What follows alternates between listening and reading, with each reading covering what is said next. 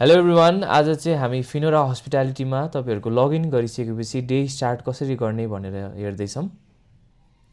So तपाईहरुले login गर्न साथ तपाईहरुको मल्टिपल ब्रान्च छ भने मल्टिपल ब्रान्चेसहरु देखाउँछ। एउटा मात्र ब्रान्च छ भने त्यो सिंगलमा ट्याप गर्नुहोस्। त्यसपछि पीओएस मा जानुहोस् टप राइटमा। त्यहाँ गइसकेपछि तपाईको क्याशियर भन्ने सेक्सन छ। क्याशियरमा जानु साथ तपाईको स्टार्ट न्यू सेसन भन्ने देख्नुहुन्छ। स्टार्ट न्यू सेसनमा क्लिक गर्न साथ तपाईको ओपनिङ ब्यालेन्स कति छ, फर एक्जाम्पल 500। यसमा डिनोमिनेसनहरु पनि एड गर्न मिल्छ। सो स्टार्ट यो भइसकेपछि बल्ल तपाईको आजको अर्डर्सहरु लिन मिल्छ। सो अर्डर लिनको लागि सिम्पल तपाईको टेबलमा जानुस् अनि तपाईहरुको मेन्यु यहाँ हामीले हाल्दिएको हुन्छौं। So chicken roast, French fries. So place order भइसकेपछि यो 0 मिनेट्स भनेको तपाईको टेबलमा कति मिनेट भयो त अर्डर लिएको भन्ने देखाएको हो। अब पेमेन्ट गर्नको लागि चाहिँ गो टु पेमेन्टमा जानुभयो भने क्याश, फोन पे, कार्ड, खल्ती, ई-सेवा भनेर देख्नुहुन्छ। तपाईहरुको जे पनि छ हाम्रो सिस्टममा इजिली हाल्न मिल्छ। सो क्याश पेमेन्ट 820 गर्नुभयो भने 820 गरेर पे गर्न साथ सकिहाल्यो। फर एक्जाम्पल तपाईको मेक मल्टिपल पेमेन्ट्स अन गर्न पनि मिल्छ। जस्तै आधी क्याश आधी फोन पे गर्छु भन्नुहुन्छ भने कस्टमरले मेक मल्टिपल पेमेन्ट्सलाई अन गर्नुस्। फोन पेमा ट्याप गर्नुस्। क्याशमा 500 दिनुभयो अनि फोन पेमा 320 दिनुभयो भने यहाँ पे गर्न साथ तपाईको बिल प्रिन्ट भइहाल्छ। So go to home page गर्नुभयो भने टेबल खाली भयो। सो तपाईहरुको आजको दिनभरिको अर्डर्सहरु के भयो त्यसमा बिलहरु फेरि कुनै प्रिन्ट गर्नु पर्यो भने चाहिँ अर्डरमा गएर तपाईको यहाँ जतिवटा पनि अर्डर आएको छ सबै मजाले देखाइदिन्छ। सो टेबल वाइज हुन्छ अनि एक्सनको तल प्रिन्ट अर्डरमा क्लिक गर्नुभयो भने तपाईको प्रिन्टर कनेक्टेड छ भने चाहिँ बिल निस्किन्छ, छैन भने चाहिँ यसरी देखाउँछ। अब हामी अर्को कुरा भनेको चाहिँ तपाईको डेबुक ह्यान्डलिङ कसरी गर्ने भनेर सिक्दैछौँ। यसको लागि क्याशियर सेक्सनमा जानुस् अनि यसमा एड न्यू गर्नुहोस्।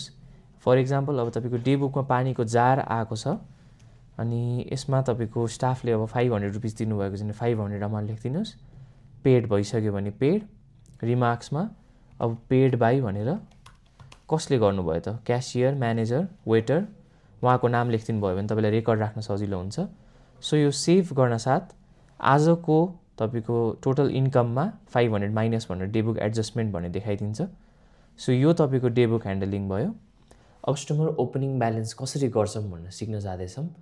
जस्तै तपाईले अब यो सफ्टवेयर हाल्नु अगाडि नै तपाईको क्रेडिट कस्टमर्सहरु एक्जिस्टिङ हुनुहुन्छ भने त्यसको लागि चाहिँ तपाई सिम्पली कस्टमर्समा जानुस्। सो यहाँ ट्याप गरिसकेपछि एड न्यू भन्ने देख्न सक्नुहुन्छ। एड न्यूमा क्लिक गर्नुस् अनि त्यसपछि पहिले उधारो भइसकेको मान्छेको नाम लेख्नुस्। For example Rambahadur Thapa. अनि त्यो भइसकेपछि कन्ट्याक्ट नम्बरहरु छ भने भइहाल्यो, एड्रेस छ भने भइहाल्यो।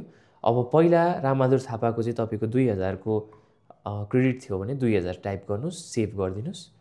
सो यो भइसकेपछि तपाईको यो लिस्टमा रामबहादुर थापाको 2000 भनेर देखाइदिन्छ। सँगसँगै अब तपाईले अर्डर्सहरु त प्लेस गरिसक्नु भयो। फर एक्जाम्पल टेबल 3 को मान्छेले चाहिँ भोलि आएर पेमेन्ट गर्छ भने त्यसको लागि पनि तपाईले नयाँ एड गर्न मिल्छ। फर एक्जाम्पल गो टु पेमेन्टमा जानुहोस्। त्यसपछि पेडमा चाहिँ 0 भनेर राख्दिनुस् अनि पार्शियल पेमेन्टमा क्लिक गर्नुस्। पार्शियल पेमेन्टमा चाहिँ अब तपाईको त्यो टेबलमा आउनुभएको कस्टमर पुरानै कस्टमर हो भने त नाम सिलेक्ट गरेर ओके गर्दा भइहाल्यो। फर एक्जाम्पल रामबहादुर थापा नै आउनुभयो। रामबहादुर थापाले अझै यो पनि क्रेडिटमा खानुहुन्छ भने त्यो नाम हाल्दिनुस् अनि पे गर्दिनुस्। त्यो भइसकेपछि अहिलेको लागि तपाईको टेबल चाहिँ खाली भयो अनि तपाईको कस्टमर्समा गएर हेर्नुहुन्छ भने रामबहादुर थापाको 2350 रुपैयाँ बाँकी भयो। सो यो चाहिँ तपाईको क्रेडिट कस्टमरको ह्यान्डल कसरी गर्ने भयो। यसमा अब फर एक्जाम्पल रामबहादुर थापाले अर्को दिन आएर तपाईको लागि आधी पैसा पेमेन्ट गर्यो भने फर एक्जाम्पल 1000 रुपैयाँ दियो भने सो क्याश दियो भने क्याश, फोन पे भने phone pay. So cash 1000 submit. Rambahadur थापाको 1350 रुपैयाँ मात्र बाँकी भयो। सो तपाईको क्रेडिटको ह्यान्डलिङ चाहिँ तपाईले यसरी गर्न सक्नुहुन्छ। यहाँ चाहिँ हामीले बेसिक कुराहरु सिक्दैछौँ फिनोरा हस्पिटालिटीको बारेमा। अब यहाँबाट अर्डर लिन त हामीले अघि सिकिहाल्यौं। तपाईको अर्डर्सहरु कति भयो, take away, self delivery, delivery पार्टनर्सको। क्याशियर सेक्सनमा पनि हामीले अघि सिकिहाल्यौं डेबुक ह्यान्डलिङ कसरी गर्ने, आजको रेकर्ड कसरी राख्ने, कस्टमर्सको तपाईको क्रेडिट कस्टमर्सको ट्र्याक कसरी गर्ने पनि यहाँबाट सिकिहाल्यौं। अब चाहिँ हामी टेक अवेहरु कसरी ह्यान्डल गर्ने भनेर डिटेलमा सिक्न जाँदैछौँ। तपाईले राइट साइडमा देख्न सक्नुहुन्छ। तपाईँको टेकअवे अर्डर आएको छ भने टेकअवेमा गएर एड न्यू टेकअवे गरिदिनुहोस्। त्यसपछि अर्डर प्लेस गर्नुहोस्। सो यो प्लेस अर्डर भइसकेपछि अब अर्डर गर्नुभएको मान्छेको नाम थाहा छ भने त्यहाँ लेख्नु भए पनि हुन्छ। अनि मोबाइल नम्बर पनि प्राप्त भइसकेको छ भने मोबाइल नम्बर पनि एड गर्नुभयो हुन्छ। सो यो कम्पलसरी चाहिँ छैन, तर तपाईँको इजीको लागि भयो। सो यो सेभ गर्न साथ तपाईँको टेकअवेमा चाहिँ आज टेकअवे अर्डर भनेर यहाँ छुट्टै ट्र्याक भइरहेको हुन्छ। यस सँगसँगै यो भिडियोमा चाहिँ अब तपाईँको केओटी बिओटी अर्डर्सहरूको बिल प्रिन्ट कसरी गर्ने, रिपिट प्रिन्ट गर्नु पऱ्यो भने कसरी गर्ने र सुरुमै प्रिन्ट गर्नु पऱ्यो भने कसरी गर्ने हामी डिटेलमा बुक सिक्न जाँदैछौँ। फर इक्जाम्पल हामी एउटा अर्डर लियौँ। सो यो प्लेस अर्डर भइसकेको छ। अब तपाईँको यहाँ अर्डर्समा गएर हेर्नुभयो भने टेबलमा कतिवटा अर्डर अहिले भइरहेको छ भनेर देखाउँछ।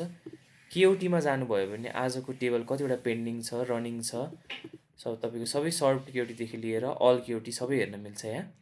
अब बिल प्रिन्ट गर्नको लागि चाहिँ अर्डरमा गएर तपाईँले यहाँबाट प्रिन्ट अर्डर गर्न पनि मिल्छ। अर्डर लिस्ट तपाईँको सजिलै निस्किन्छ। तपाईँले केओटीबाटै प्रिन्ट पनि गर्न मिल्छ। फर इक्जाम्पल अहिले हाम्रो टेबल 1 कोमा ट्याप गर्नुहोस्, त्यसपछि प्रिन्ट केओटी गर्नुहोस्, तपाईँको बिल प्रिन्टरबाट अटोमेटिकली निस्किहाल्छ। अब तपाईँको आजको बिजनेस डे सकिसकेपछि चाहिँ डे एन्ड कसरी गर्ने भनेर आज हामी यहाँ सिक्दैछौँ। सो त्यसको लागि तपाईँ सुरुमा क्यासियर सेसनमा जानुहोस्। क्यासियरमा गइसकेपछि आजको ओपनिङ ड्रयरदेखि लिएर टोटल सेल्स कति भयो, क्रेडिट सेटलमेन्ट कति भयो, डेबिटको एडजस्टमेन्ट कति भयो, सबै कुरा यहाँबाट हेर्न सक्नुहुन्छ। सो तपाईँको क्यास इन ह्यान्ड चाहिँ 7,190 हुनुपर्ने हुन्छ। सो यसमा चाहिँ तपाईँले अब तपाईँको ड्रयर चेक गरेर फोन पेमा हेरेर पनि गर्न सक्नुहुन्छ। यसमा डिनोमिनेसन पनि राख्न मिल्छ। फर इक्जाम्पल तपाईँको डिनोमिनेसन वाइज नै राख्नुभयो भने पनि जतिवटा छ त्यसको तपाईँको मल्टिपल राख्दै जान्छ। सो तपाईँले आफैले हातले क्यालकुलेट गर्नुपर्ने जरुरी भएन। सो यो गइसकेपछि एड गर्नुभयो भने यहाँ यसरी देखाउँछ। सो अहिले हाम्रो 7190 हुनुपर्ने छ। अनि इफ तपाईँको एक्सपेक्टेड क्यास इन ह्यान्ड जतिको अमाउन्ट छैन भने चाहिँ किन छैन भनेर चाहिँ नोटमा तपाईँले लेख्नुपर्ने हुन्छ, के कारणले चाहिँ त्यो अमाउन्ट पुगेन। अब जो पनि तपाईँको क्यासियर वा म्यानेजर हुन्छ उहाँले लेख्नुपर्ने हुन्छ। सो त्यो लेखिसकेपछि चाहिँ तपाईँको आई हियर बाई एग्रीमा क्लिक गरेर एन्ड सेसन गर्न बल्ल सकिन्छ। सो यो भइसकेपछि चाहिँ को दिनमा आइसक्नु भइसकेपछि डे स्टार्ट गर्नु अगाडि चाहिँ हिजोको सेसनलाई एन्ड गर्नुपर्ने हुन्छ। त्यो चाहिँ तपाईँको टप राइटमा एन्ड बिजनेस सेसन भन्ने हुन्छ। सो यसमा ट्याप गर्नुहोस् र कन्टिन्यू गरिसकेपछि हजुरले बल्ल आजको न्यू डेमा स्टार्ट न्यू सेसन गरेर आफ्नो ओपनिङ ड्रयरको ब्यालेन्स हालेर स्टार्ट गर्न सक्नुहुन्छ। तपाईँलाई सफ्टवेयर चलाउँदाखेरि केही समस्या आयो, हाम्रो सपोर्ट टिमसँग कन्ट्याक्ट गर्नु पऱ्यो भने चाहिँ यता बटम लेफ्टमा अकाउन्ट भन्नेमा जानुभयो भने सपोर्ट भन्ने देख्नुहुन्छ। यहाँ चाहिँ हामीले डिफ्रेन्ट सपोर्ट टिम असाइन गरेको छौँ। बिहान 7 बजीदेखि 3 बजीसम्मको लागि यो नम्बरमा कन्ट्याक्ट गर्नु होला। दिउँसो 1 बजीदेखि बेलुका 9 बजीसम्मको लागि यो नम्बरमा कन्ट्याक्ट गर्नु होला। र तपाईँको रेस्टुरेन्ट क्याफे चाहिँ आफ्टर 9 पनि अपरेट गर्छ भने चाहिँ यो नम्बरमा कन्ट्याक्ट गर्न सक्नुहुन्छ। Thank you.